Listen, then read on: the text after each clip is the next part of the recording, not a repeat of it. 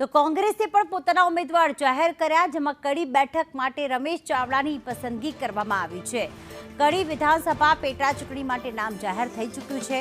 કોંગ્રેસના ઉમેદવાર પણ આજે ઉમેદવારી ફોર્મ ભરશે। રમેશ ચાવડા કડીના પૂર્વ ધારાસભ્ય છે। રમેશ ચાવડા હિતુ કનોડિયા સામે ચૂંટણી જીત્યા હતા વર્ષ 2012માં। કોંગ્રેસે મારા પર વિશ્વાસ મૂકીને મારી પ્રમાણિકતા, મારા લોકોની જે સેવા કરવાની ભાવના, એનો મને બરાબર એનો લાભ આપ્યો છે। મારા ઉપર ખૂબ ભરોસો છે પાર્ટીને કે હું કદી ક્યાંય વેચાઈશ નહીં, એટલે મને એમને ટિકિટ આપી છે।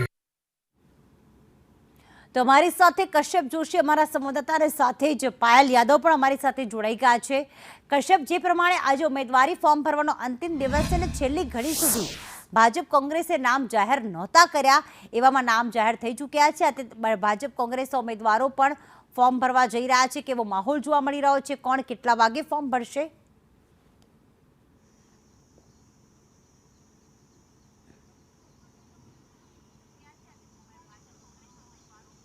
જી કશ્યપ।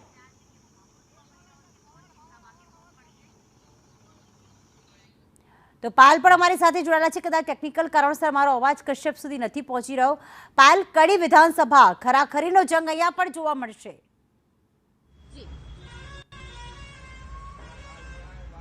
ચોક્કસ રીતે જે વાત કરીએ તો આજે કોંગ્રેસ અને ભાજપ અને આપના ઉમેદવાર છે તે ફોર્મ ભરવા જવાના છે, પોતાની ઉમેદવારી જે છે તે કરશે।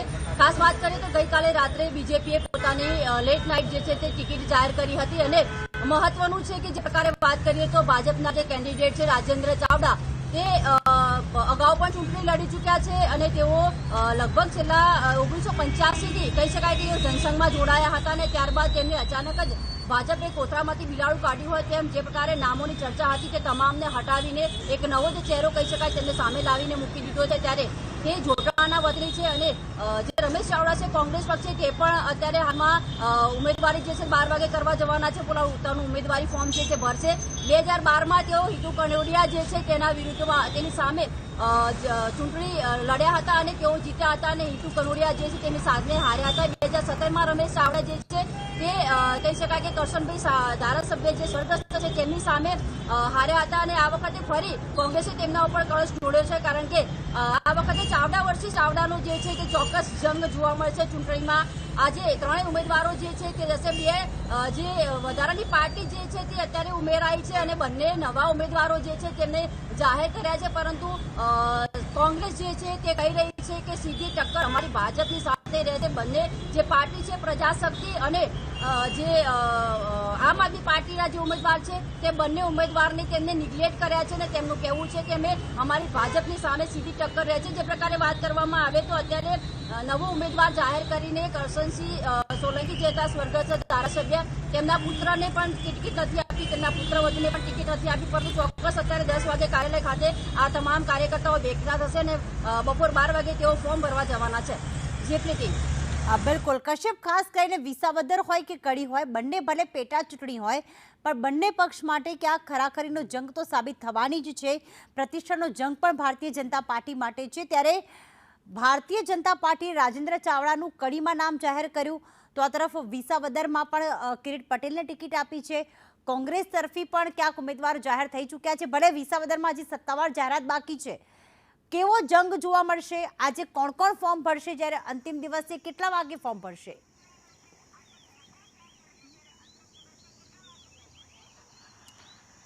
કડી બેઠક ઉપર રાજેન્દ્ર ચાવડા છે તેની ઉપર પસંદગીનો કળશ ભાજપ દ્વારા ઢોળવામાં આવ્યો છે। રાજેન્દ્ર ચાવડાની વાત કરીએ તો 66 વર્ષની તેની ઉંમર છે અને જનસંઘ જ્યારે ભાજપ નહોતું અને જનસંઘ હતું ત્યારથી તે પાર્ટીમાં સક્રિય છે। આ અગાઉ તાલુકા પંચાયતમાં તે ચૂંટણી જીતેલા છે, પરંતુ વિધાનસભાની ચૂંટણી છે તે ભૂતકાળમાં હારી ચૂક્યા હતા અને ફરી એક વખત ભાજપે હવે તેને ટિકિટ આપી છે। કડી બેઠકની વાત કરીએ તો આ બેઠક ઉપર પહેલા કરશન સોલંકી જે છે તે ઉમેદવાર હતા અને 2 વખત ત્યાં સીટ ઉપરથી જીતી ચૂક્યા હતા। જે લો પ્રોફાઇલ તેનો ચહેરો હતો અને જે પ્રમાણે તે અહીં જીતતા આવતા હતા, લોકો વચ્ચે સંપર્ક હતો અને તે જ પ્રકારે હવે વધુ એક ઉમેદવારની પસંદગી ભાજપ દ્વારા કરવામાં આવી છે। જે રાજેન્દ્ર ચાવડા છે બિલકુલ લો પ્રોફાઇલ ભાજપના નેતા છે। અલગ અલગ સંગઠનની ભૂમિકાઓ ઉપર તેણે કામગીરી સંગઠનની કરેલી છે અને હવે તેની ઉપર પસંદગીનો કળશ જે છે તે ઢોળવામાં આવ્યો છે। 12 ને 39 કડી પ્રાંત કચેરી છે ત્યાં ઉમેદવારી પત્ર ભરવા માટે થઈ અને તે જશે।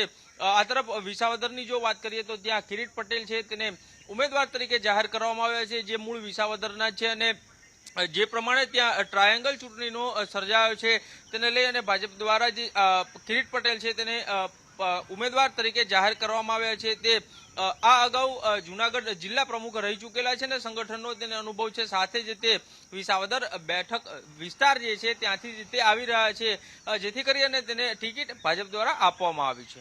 જી આભાર કશ્યપ, તમામ વિગતો માટે આભાર પાયલ।